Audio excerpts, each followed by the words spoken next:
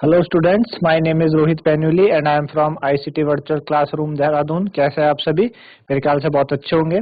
हम class 9 science कर रहे हैं, जिसमें कि हम क्या कर रहे हैं, आपके कुछ क्वेश्चंस कर रहे हैं, इंपॉर्टेंट क्वेश्चंस जो आपके एग्जाम पॉइंट ऑफ व्यू से देखे जाते हैं, है ना। तो पहला चैप्टर मैटर इन सराउंडिंग के हम कुछ क्वेश्चंस कर रहे थे, पिछले भाग में भी हमने उन्हीं के क्वेश्चंस करे थे। आज भी हम उसी चैप्टर के कुछ क्वेश्चन करेंगे, देन फिर आगे बढ़ते हैं। तो उसको करने के लिए चलेंगे बच्चों स्मार्ट बोर्ड की तरफ।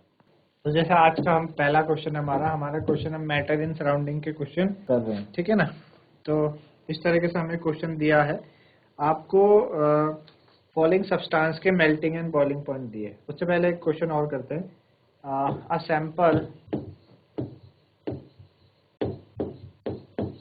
Sample of water under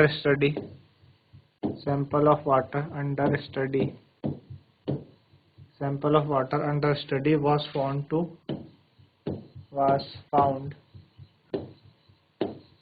to boil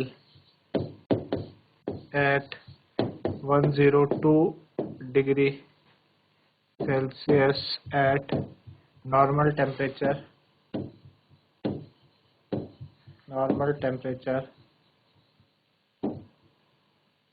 and pressure. Is the water pure?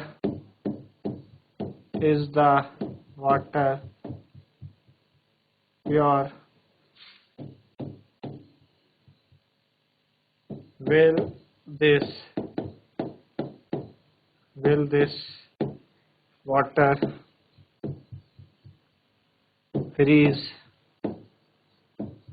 this water freeze?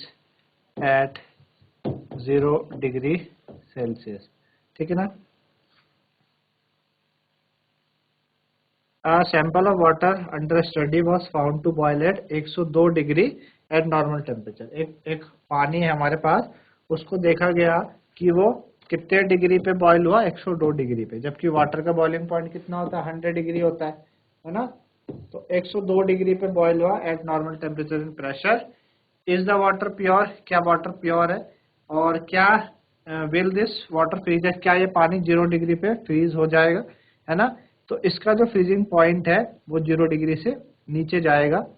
अच्छा, ये 0 डिग्री से ऊपर क्यों बॉयल हुआ होगा, सॉरी 100 डिग्री से ऊपर क्यों बॉयल हुआ होगा? एक्चुअली इसलिए बॉयल होगा कि इसमें कुछ आपकी इम्प्योरिटीज प्रेजेंट होंगी। कैसे? नॉन वोलेटाइल इम्प्योरिटीज प्रेजेंट होंगी। उस नॉन वोलेटाइल इम्प्योरिटी के होने के कारण एक्चुअली में जब आप वाटर लेते हैं तो वाटर में अपने ही मॉलिक्यूल्स होते हैं, वाटर के मॉलिक्यूल्स होते हैं, तो वो बॉयल होगा 100 डिग्री पे जब वो खाली वाटर है। लेकिन आप उसमें कुछ ऐसे नॉन वोलेटाइल इम्प्योरिटी डाल दें। वोलेटाइल क्या होते हैं? जो वेपर्स बना लेते हैं। नॉन वोलेटाइल जो वेपर्स नहीं बनाते। तो आपने कुछ नॉन वोलेटाइल इम्प्योरिटी उसमें डाल दी, तो इस वजह से उसका जो बॉइलिंग पॉइंट है थोड़ा शिफ्ट हो गया, 100 के मुकाबले 102 चले गया। पहली बात वो तो उन्होंने बता रखा है। वो पूछ रहे क्या ये पानी प्योर है? तो पानी प्योर तो हम कह नहीं सकते क्योंकि इसमें कुछ नॉन वोलेटाइल इम्प्योरिटी है, इसलिए प्योर नहीं कहेंगे इसको। और अगली बात, क्या ये पानी 0 डिग्री पे फ्रीज होगा? तो नहीं, ये 0 डिग्री पे फ्रीज नहीं होगा, थोड़ा सा पीछे इसका फ्रीजिंग पॉइंट जाएगा। इसका जो फ्रीजिंग पॉइंट है वो कितना जाएगा? बिलो जाएगा, है ना। इसका जो फ्रीजिंग पॉइंट है वो 0 से नीचे को जाएगा, क्योंकि वही इसमें इम्प्योरिटी प्रेजेंट है ना। इस freezing point will be lower,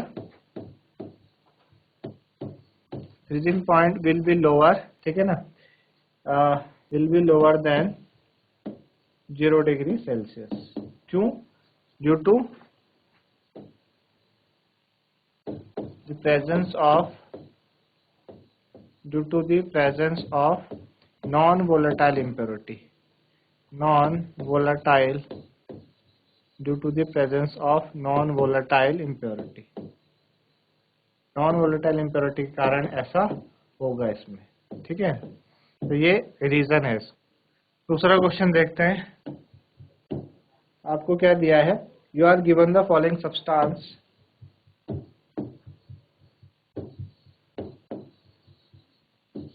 substance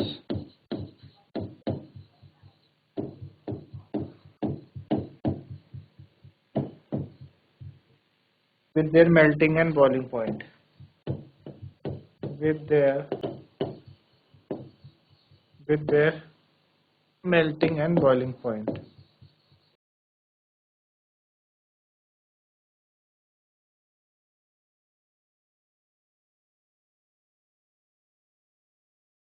ठीक है ना।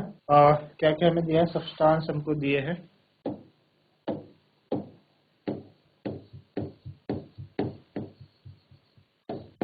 सब्सटेंस दिया हमें, मेल्टिंग पॉइंट,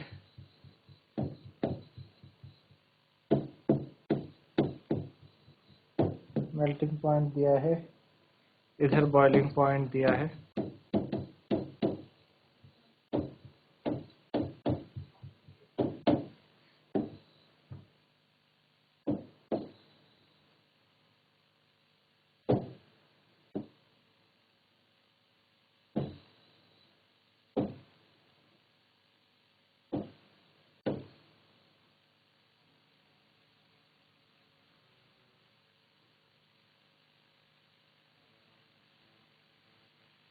ठीक है, क्या क्या सब्सटेंस है आपके पास, एक है एक्स, एक एक्स है आपके पास, एक वाई है और एक जेड है। ठीक है ना। एक्स का जो मेल्टिंग पॉइंट है -219, इसका बॉइलिंग पॉइंट -183। ठीक है, वाई का 119,445, जेड का -15 और बॉइलिंग पॉइंट 78। ठीक है, डिग्री सेल ये किस में है आपका, डिग्री सेल्सियस में, ये भी डिग्री सेल्सियस में। ठीक है ना। पूछा क्या, identify the physical state of X Y Z at room temperature 30 degree पे। क्वेश्चन है identify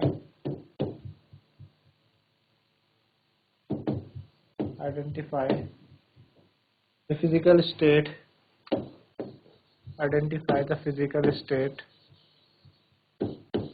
identify the physical state,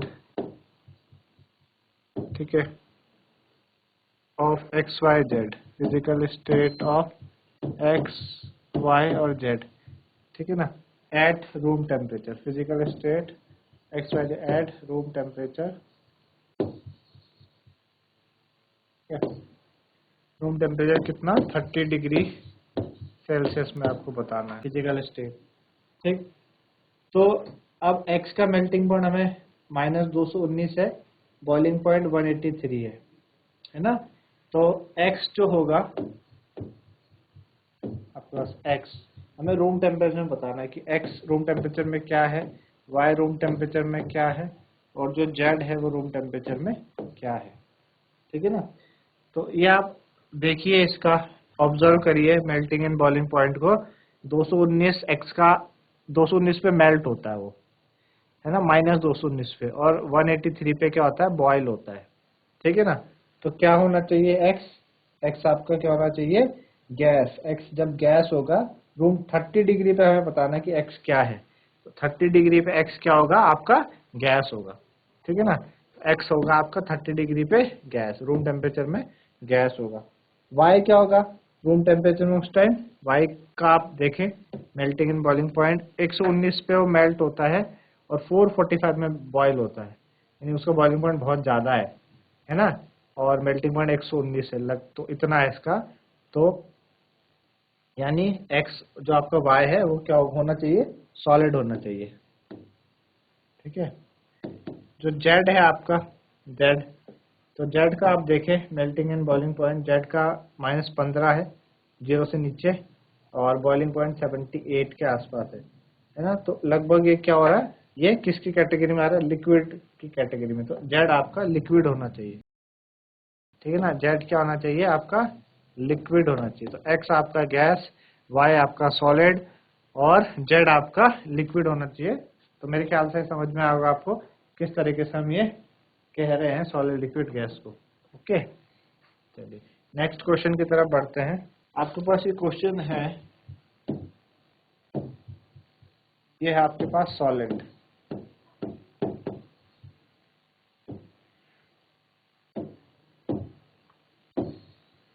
ये है लिक्विड,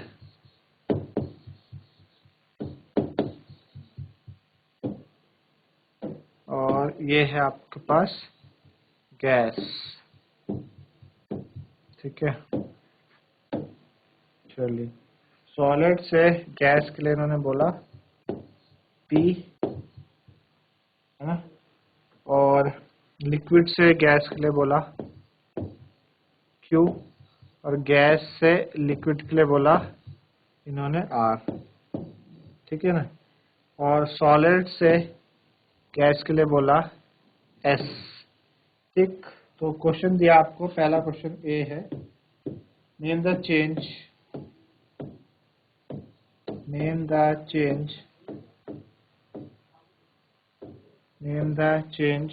in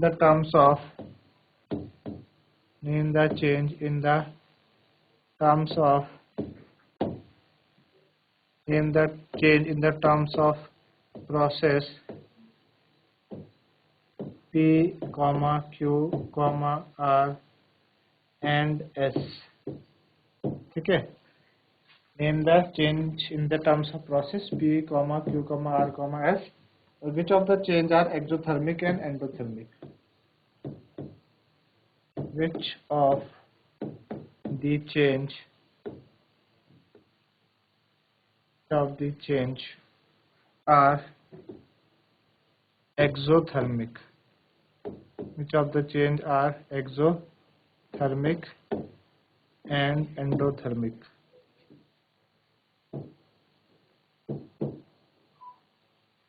ठीक है, पहले आपको P, Q, R, S बताना है कि P क्या है, Q क्या है, R क्या है, S क्या है।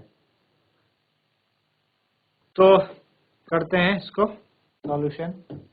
P, Q, R, S हमें पूछा है, तो सबसे पहले P क्या है, Q क्या है, R क्या है और S क्या है। ये आपका पहला पार्ट है, A वाला पार्ट। अब देख लेते हैं, सॉलिड से लिक्विड में जा रहा है तो P, तो सॉलिड से लिक्विड में जाने को हम क्या बोलते हैं, फ्यूजन कहते हैं, फ्यूजन या मेल्टिंग, है ना, फ्यूजन कहेंगे इसको। फ्यूज होके लिक्विड बना, फ्यूज कहो या मेल्ट करो, सॉलिड जब मेल्ट होता है तो लिक्विड बन जाता है। ठीक है, फिर अगला क्या है, लिक्विड से गैस में गए तो Q, तो Q लिक्विड को बॉयल करोगे तब जाके आप गैस पे पहुंचोगे, तो Q वाला प्रोसेस क्या हो गया, बॉइलिंग हो गया। ठीक है, अच्छा, फिर गैस से लिक्विड में आते हो R, तो गैस जब ठंडी होती है जब जाके लिक्विड बनती है, यानी R क्या हो गया, कंडेंसेशन।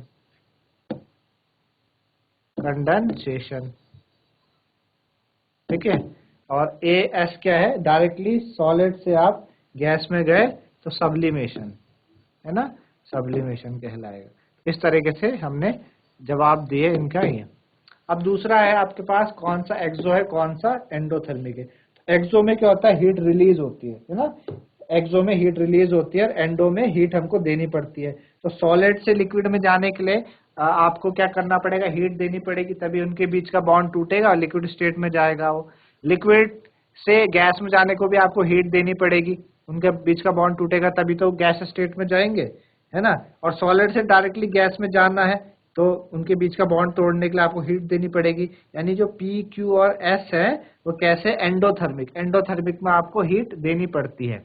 और जो R है, R में आपने क्या किया, इसमें R में गैस से हम लिक्विड में गए तो उसने क्या करा, हीट रिलीज करी, है ना भाई, काफी दूर थे गैस के मॉलिक्यूल, अब लिक्विड में आना है तो लिक्विड में आने के लिए हीट देनी, उसको हीट बाहर देनी पड़ेगी ताकि मॉलिक्यूल्स पास आ जाए, है ना, मॉलिक्यूल्स कैसे आ जाए, पास आ जाए। तो इसलिए हम कहेंगे कि आपका जो P है, Q है, यानी P मतलब फ्यूजन, Q मतलब बॉइलिंग और S मतलब सब्लिमेशन, ये तो आपके एंडोथर्मिक हो गए। क्या हो गए, एंडोथर्मिक। एंडोथर्मिक से क्या मतलब होता है, एंडोथर्मिक का मतलब हुआ हीट रिलीज होनी है, सॉरी हीट आपको देनी है, हीट गिवन, है ना, हीट आपको देनी है, हीट गिवन। और जो आपका R है कंडेंसेशन वाला, वो कैसा है, एक्सोथर्मिक। एक्सोथर्मिक में क्या होता है, आपको हीट रिलीज होती है, वहां से हीट निकलती है, वहां से एंडो में हीट देनी है और एक्सो में हीट रिलीज होती है। ठीक है ना, तो ये इस तरीके से क्वेश्चन था, मेरे ख्याल से समझ में आएगा आप लोगों को। ठीक, चलिए अगला क्वेश्चन देखते हैं। हमको एक ग्राफ दिया है, आपके पास एक ग्राफ है इस तरीके से, ठीक है ना। ये ग्राफ है, ये आपका है टाइम मिनट में, और ये है टेम्परेचर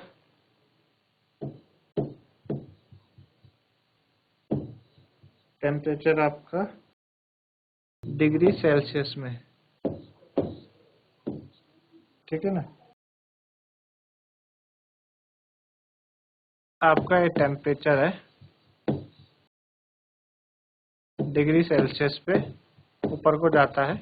पॉइंट दिया है यहाँ पर 110 डिग्री सेल्सियस का, ठीक है ना, 110 डिग्री सेल्सियस, और ये dash dash dash dash dash dash इस तरीके से जा रहा है, ठीक है ना। अब हमने क्या करा, यहाँ से हमारे पास क्या आया, एक पॉइंट ए, यहाँ पे आया A1 B1, फिर यू गया प्लस C, ऊपर गया यहाँ पर D पॉइंट गए, ठीक है ना। इनके नाम क्या क्या है, ये आपका है A, दिस इज A1, ठीक है, B B1, C D1, और ये D और D2। इधर आपको दिया है ये वाला point 15 degree Celsius. Temperature time graph आपको दिया है, ठीक है ना, हीटिंग कर्व शो कर रहा है। आपको इस ग्राफ की मदद से जवाब देने हैं। तो क्वेश्चंस क्या क्या है वो मैं लिख देता हूँ आपके लिए। पहला पार्ट आपका दिया है क्वेश्चन का, what is the physical state, what is physical state, what is physical A B C, A B C D की फिजिकल स्टेट आपको बतानी है। पहली बात, what is the melting point of the substance,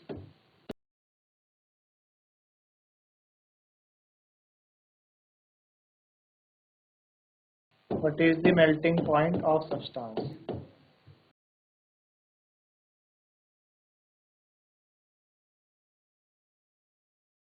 what is its boiling point,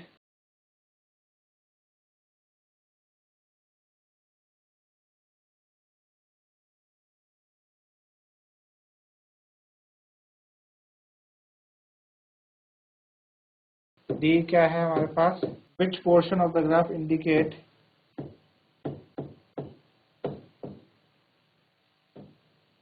which portion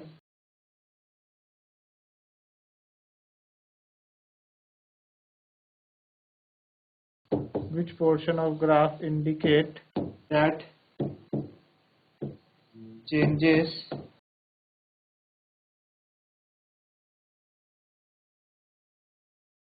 change of state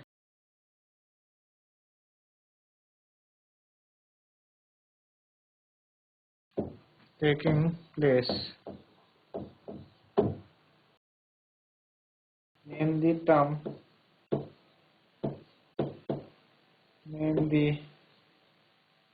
terms used for heat absorbed,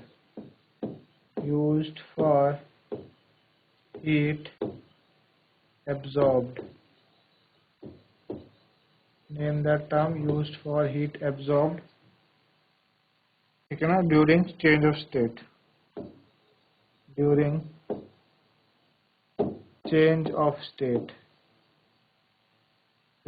change of state, ठीक है। ये है आपके पास, इस तरीके से ये दिया है। अब देखो 15 डिग्री से ऊपर 110 डिग्री तक का आपको दिया है। इधर टाइम के साथ साथ जैसे जैसे टाइम बढ़ रहा है वैसे वैसे चल रहा। तो आपको पूछा है कि ए बी सी डी, पहला question A B C D की फिजिकल स्टेट क्या होगी। तो ए आप देखो 15 डिग्री से नीचे है, वो ए जो है 15 डिग्री से नीचे है ना, और समय के साथ ऊपर हम टेम्परेचर बढ़ा रहे हैं तो उस तरफ को जा रहा है। ए क्या होना चाहिए, ए जो होना चाहिए आपका आंसर, ए क्या है आपका होगा सॉलिड, ठीक है ना। ए क्या होगा, सॉलिड हो जाएगा। मैं यहीं पे लिख लेता हूँ। ए जो होगा आपका वो होगा सॉलिड, पहला आंसर। ठीक है, फिर उसने पूछा बी। तो जैसे आप टेम्परेचर और बढ़ाते हो तो बी आपका, बी जो है वो थोड़ा सा 15 डिग्री पे है ना, 15 डिग्री पे है। तो बी आपका सॉलिड भी हो सकता है और लिक्विड भी, both solid and liquid state, both, है ना। कौन कौन सा, सॉलिड एंड लिक्विड दोनों होंगे, सॉलिड भी एंड लिक्विड भी। ठीक है ना। अच्छा, उसके बाद देखें आप अगला क्या है, सी। ऊपर जाओ आप थोड़ा सा, टेम्परेचर बढ़ाया हमने, है ना। तो ये क्या होना चाहिए, सी आपका लिक्विड स्टेट में होना चाहिए, लिक्विड। ठीक है। और देन डी आपका है, जो डी है वो ऊपर जा गया और 110 डिग्री पे, तो 110 डिग्री पे लिक्विड आपका, लिक्विड भी होगा और गैसेस भी होगा। तो ये बोथ, बोथ आपका liquid and gas, both liquid and gas. जो डी है वो लिक्विड और गैस दोनों होगा। आपने देखा ए क्या है, सॉलिड है, बी आपका क्या है, बोथ सॉलिड एंड लिक्विड, सी आपका लिक्विड होगा। नेक्स्ट क्वेश्चन आपको दिया है कि मेल्टिंग पॉइंट क्या है सब्सटेंस का, सब्सटेंस का जो मेल्ट होने का वो है, वो क्या है मेल्ट होने का। तो आप देख रहे हैं कि हमने देखा ग्राफ ए से स्टार्ट हुआ 15 पे, वो A1 की तरफ आगे को बढ़ा। तो पहले ए पे तो सॉलिड है, और जब वो 15 डिग्री पे आया तो सॉलिड भी है लिक्विड भी है, यानी कितना मेल्टिंग पॉइंट होना चाहिए आपका सब्सटेंस का। तो मेल्टिंग पॉइंट होगा आपका सब्सटेंस का, वो कितना होना चाहिए, 15 डिग्री, है ना। तो इसका आंसर हो जाएगा 15 डिग्री सेल्सियस का मेल्टिंग पॉइंट हो जाएगा। बॉइलिंग पॉइंट कितना होना चाहिए आपके पास, बॉइलिंग पॉइंट ऊपर आप देख पा रहे हो 110 पे जाके डी लिक्विड और गैस दोनों पे दिखा रहा है ना। तो ये क्या होना होगा आपका 110 डिग्री इसका बॉइलिंग पॉइंट हो जाएगा, क्योंकि 100 आपने बात की थी ना 110 पे वो अभी लिक्विड से गैस में चेंज हो रहा है, तो दोनों स्टेट दिखाते हैं। ऐसे 15 डिग्री पे वो सॉलिड से लिक्विड में जा रहा है, दोनों स्टेट बता रहे हैं। तो इस वजह से मेल्टिंग पॉइंट 15 है, boiling point 110। Which portion of graph indicate change of state take place, किस पता कहाँ से हमें पता चल रहा है change of state take place हो रही है। एक तो हमें A1 से पता चल रहा, ए से जब ऊपर को गए तो A1 से पता चल रहा कि सॉलिड से लिक्विड में गया।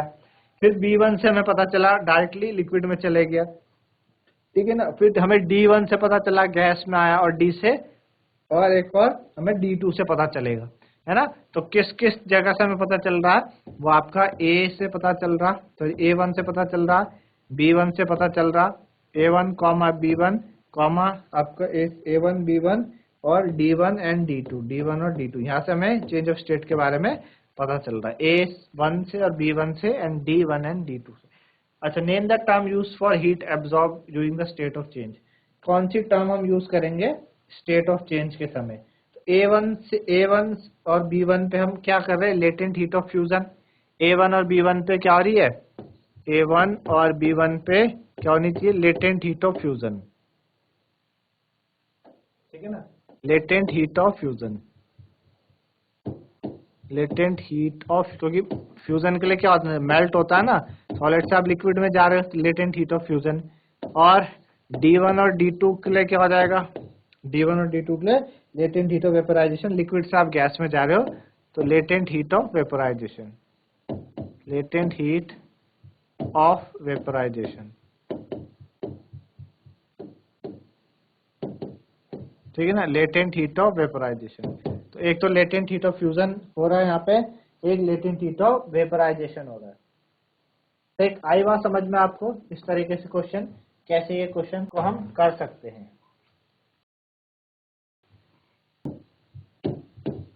Express following temperature in kelvin, express following temperature in kelvin, है ना। हमें केल्विन में चेंज करना है। पहला क्या है हमारे पास 32 डिग्री, 32 डिग्री सेल्सियस, और दूसरा है 473 डिग्री सेल्सियस, है ना। तो केल्विन को केल्विन को चेंज कर, मतलब केल्विन में अगर हमें लाना होता है तो हम क्या करते हैं, डिग्री सेल्सियस में हम ऐड करते हैं, ठीक है ना। डिग्री सेल्सियस में कितना ऐड करते हैं, 273.15, कितना ऐड करेंगे। पहला हमारा क्या है, पहला आपको दे रखा, पहला क्या हो जाएगा, k is equal two degree Celsius कितना है 32 प्लस 273.15 है ना। तो आप ऐड करेंगे इसको, 32 को 273.15 से ऐड करेंगे, कितना आ जाएगा 273.15 और इधर 32.00, 15 तो ऐसे ही आ जाएगा, 3 2 5 7 3 10, 305.15 है ना। 305.15 ये आपका 32 डिग्री 305.15 केल्विन में होता है। दूसरा आप देखो, दूसरा आपको दे रखा है क्या, 473, तो 473 डिग्री सेल्सियस में हमें 273.15 ऐड करना है, तो कितना आएगा आपके पास, देख लो 273.15 और इसको ऐड करो 473 से 0.00, तो 15 तो ऐसे आ जाएगा इधर, 3 3 6 7 7 14 4, 1 कैरी 4 2 6 1 7, कितना आएगा 746.15 केल्विन। तो इस तरीके से आप सेल्सियस को केल्विन में चेंज कर सकते हो। बस आपको ये स्केल याद रखना है, कौन सा, कि केल्विन कितना होता है, डिग्री सेल्सियस प्लस 273.15, इससे हम ऐसा कर सकते हैं। अगला क्वेश्चन देखो आप, अगला क्या है, फुल फॉर्म बतानी है एक एलपीजी, ठीक है ना, एलपीजी की फॉर्म बतानी है, और दूसरा सीएनजी। एलपीजी क्या होती है, liquefied petroleum gas, liquefied petroleum gas, ठीक है। और सीएनजी क्या होती है, compressed natural gas, compressed natural gas, ठीक है। तो ये दो फुल फॉर्म है, लिक्विफाइड पेट्रोलियम गैस और कंप्रेस्ड नेचुरल गैस, ठीक है। इस तरीके से कर सकते हैं, ठीक है। आपको बताना है इवेपोरेशन,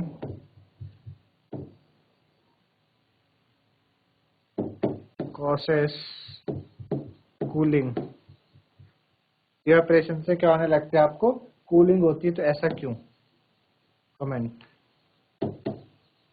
है ना।